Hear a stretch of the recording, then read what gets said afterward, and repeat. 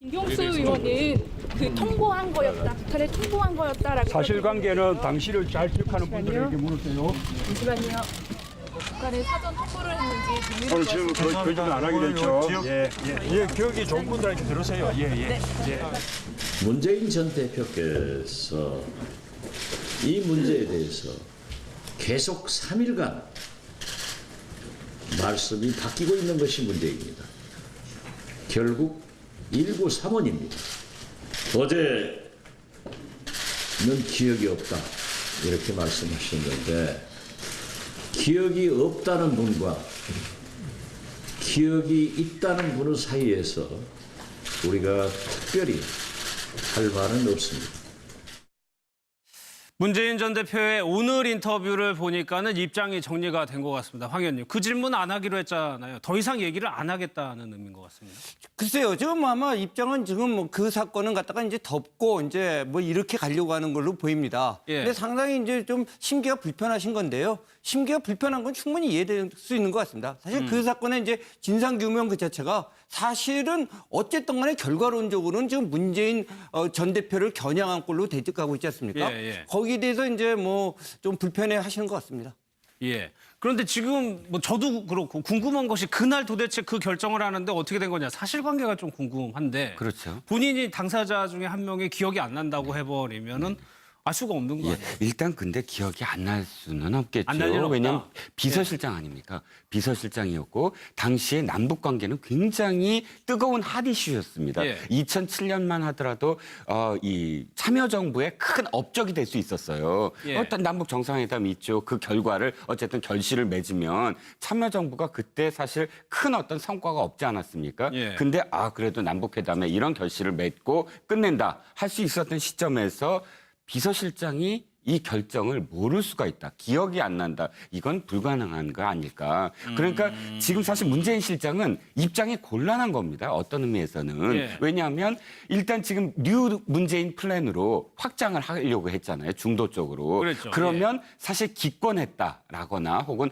북에게 물어봤다라거나 이런 부분들은 절대적으로 불리합니다. 지금 현재는 북이 5차 핵실험까지 하고 ICBM까지 이제 성공하려고 하는 직전 단계에 왔는데 북 인권에 대해서 외면했다라는 비난을 받기는 싫은 건데 그렇다고 해서 그렇지 않고 나는 적극적으로 무엇 때문에 찬성을 했다. 사실은 이 참여정부의 그때 당시에 남북관계 때문에 했다라고 예. 당당하게 얘기하기에는 또 캥기는 부분이 그러니까 양쪽 자기의 원래 이 지지층과 또 예. 확장하려고 하는 중도층 양쪽을 다 눈치를 보면서 잡으려고 하다 보니까 이렇게 얘기해도 비판받을 것 같고 이렇게 얘기해도 비판받을 것 같은 그런 상황이 아닐까 싶어요. 근데 이제 이런 측면도 있는 것 같습니다. 이제 기억이 안 난다고 했을 때, 물론 이제 뭐 비서실장에서 모든 일을 기억할 수는 없을 것 같습니다. 또 일이 얼마나 많습니까? 근데 이제 이거를 갖다가 약간 뒤집어서 혹은 이제 좀 비꼬는 투로 만약 해석을 한다면은 얼마나 북한 인권 문제를 경시했으면 그게 기억 안 나겠느냐. 사실 어떻게 보면 냉혹한 그 현실주의적 국제주의 노선에 따르면요. 예. 때로는 악마와 악수를 할 때도 있거든요. 예. 그래서 때로는 남북 회담 유지가 굉장히 중요하다 판단했을 때 눈물을 머금고 일단 원칙에는 어긋나지만 뭐 북한 인권 문제를 잠깐 덮어둘 수도 있어요. 예. 만약 그런 식으로 얘기했어야 되는데 그렇다면 그것이 기억 안 날 수가 없는 거거든요. 근데 그것이 아니라 기억 안 난다 그러면 이거를 갖다가 뭐 너무 가벼운 문제로 생각했다는 보수층 내지는 이 북한 인권 문제를 강조하는 분들한테 더 공격을 받을 가능성도 크다고 생각을 합니다. 어떤 정치적인 정치적인 의도가 오히려 지금 문재인 전 대표가 얘기를 하게 되면 새누리당 여권에서 하고 있는 정쟁을 더 키울 수가 있다. 그런 판단도 좀 작용을 했을까요? 그런데 정쟁을 키우더라도 일시적으로 사실은 이 비판을 받을지언정 예. 끝날 수도 있는 부분도 있죠. 오늘 하태경 의원이 사실 비유를 잘 하셨습니다. 라디오에서 뭐라고 했냐면 친구 노무현 대통령은 그때 당시에 그러니까 후보 시절에 경선을 했을 때 그 장인이 빨치산 출신이다라는 비판을 받자 그 내용 좀 준비가 돼 있는데 그렇습니까? 듣고 그러시죠. 들어보도록 하겠습니다. 보시죠. 하태경 예. 의원 얘기 좀 들어보겠습니다. 만약에 현 상황에서 노무현 대통령이었다면 굉장히 당당했을 겁니다. 우리가 기억하는 게 있지 않습니까? 자기 와이프 아버지, 그러니까 장인이 이제 당시 빨치산이었다 이런 이야기가 나왔을 때 내가 와이프를 버려야 되겠습니까? 라고 답변했고 그 말은 맞다는 걸 인정한 거 아닙니까? 지금 문재인 대표는 전혀 다른 모습입니다. 당당함도 전혀 없고 만약 노무현 대통령이었다면 막 이렇게 했을 것 같습니다. 당시 뭐 대화를 하는데 찬성을 해야 했겠습니까? 이런 식으로 어쨌든 당당하게 나왔을 거라고 생각합니다. 송민순 그러니까 좀 비교를 하네요. 노무현 전 대통령하고 문재인 전 대표하고. 그렇습니다. 그러니까 똑같이 당시 어떻게 됐지요? 노무현 전 대통령 노무현 후보한테 장인이 빨치산이다라는 비판이 쏟아지자 노무현 후보 광주에서 정면 돌파를 하지 않습니까? 예. 그렇다면 내 사랑하는 아내를 버려야 되겠습니까?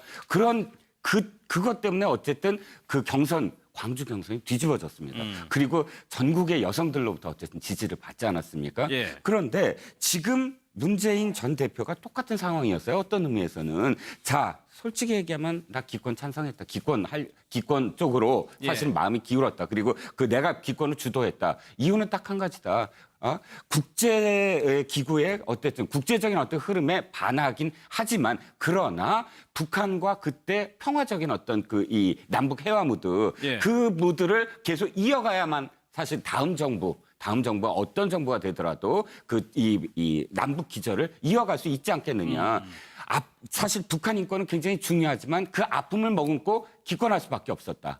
그러나 지금 묻는다면 지금은 아니다. 지금 북은 5차 핵실험까지 하고 이 남북의 어떤 이 진짜 긴장 모드를 조성하고 있지 않느냐. 이렇게 당당하게 얘기했다면 물론 그래도 보수층에서는 비판을 하죠. 당연히. 어떻게 그걸 기권할 수 있느냐. 하지만 그건 길지 않을 겁니다. 그러니까 그 당시에 결정하게 된 경우 지금의 대북 간 안보 간에 대한 설명은 최소한 있어야 된다는.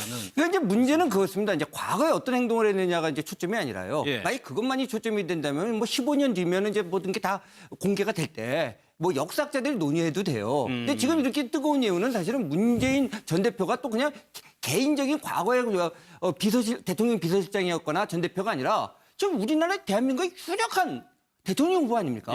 대통령 후보, 대통령이 된다는 건 뭡니까? 국군 최고 통수권자가 되는 거 아닙니까? 그러니까 이게 문제가 불거진 거기 때문에 과거에 대한 또 판단은 다 할 수 있습니다. 아까도 말씀드렸지만 인권 문제가 절대절명이지만 또 현실 국가 외교를 함에 있어서는 때로는 뭐 아까 제 표현대로 악마와 손을 잡을 때도 있습니다. 그런데 문제는 현재입니다. 그럼 현재에 있어서 그러면 문재인 전 대표께서 이 안보 문제에서 지금은 북한이 다르기 때문에 다른 행동을 한다고 이렇게 좀 소위 말하는 우클릭을 하셔야 되는데 이 우클릭을 하실 건지 또 아니면은 어느 정도 해야 될 건지 여기에 대해서 이제 여러 가지 본인의 진영 내에서도 논의와 논란이 있기 때문에 지금 주저하고 계신 것이 아닌가 이렇게 생각합니다. 알겠습니다. NLL 뭐 대화령 논란도 있었기 때문에 조금 뭐 신중한 모습인 것 같기도 하고 송민순 장관이 오늘 재밌는 얘기를 했더라고요. 새누리당에 대해서 뭘 대북 정책을 잘했다고 그렇게 얘기를 하냐고 그랬어요. 그건 이 송민순 전 장관의 책이 마치 지금 보수 측 입장을 옹호하는 것처럼 오해를 하실 부분도 있는데 전혀 그렇지 않습니다. 책 내용을 곰곰이 읽어보면 굉장히 진보적인 내용이에요. 이 송민순 전 장관 최근에 언론 기고문을 통해서도 사드 배치 반대한다. 외교적으로 풀어야 된다. 이렇게 얘기했고 전반적인 책의 기저도 사실은 이 햇볕 정책을 옹호하는 분위기예요. 그렇기 때문에 지금 마치 이 새누리당이 송민순 전 장관이 장관의 입을 빌어서 참여정부를 비판하는데 송 장관 입장에서는 아니 내가 참여정부를 비판하려고 쓴 책도 아니고 그리고 또 새누리당의 입장을 옹호하려고 이 책을 쓴 것도 아니다. 그러니까 계속 이런 얘기를 하잖아요. 히라버로 쓴 책이 아니라 한글로 쓴 책이다. 읽어보면 내용이 나온다. 그러니까 정쟁으로 삼지 말라는 얘기죠. 저도 덧붙이고 싶은 것이요. 요 이제 2007년 11월에 대한 진위 여부는 좀 별도로 치고라도 제가 볼 때는 저는 솔직히 말해서 지금 송 전 장관과 의견이 다른 게 맞습니다. 읽어봤는데요. 그럼에도 불구하고 굉장히 심혈을 둬서 쓴 글이에요. 단순하게 과거에 뭐 회고록적인 것이 아니라 그 당시 하나하나의 정책을 갖다 분석해갖고 이렇게 해놓은 책이거든요. 그래서 그런 식을 떠나서 아마 안보 문제를 통일 문제를 생각하시는 분은 보수든 진보든 한번 면밀히 읽어보고 비판할 걸 비판하고 받아들일 걸 받아들이는 자세를 보이는 것도 필요하지 않는가 이런 생각을 해봤습니다. 송민순 전 장관은 계속해서 책을 좀 제대로 좀 안 읽어봤다. 제대로 읽어보고 좀 얘기를 해달라 그런 좀 불만인 것 같아요. 그래가지고 오늘은 새누리당에 대해서도 좀 비판의 목소리를 높였습니다. 마지막으로 북한 소식으로 넘어가겠습니다. 키워드 보겠습니다.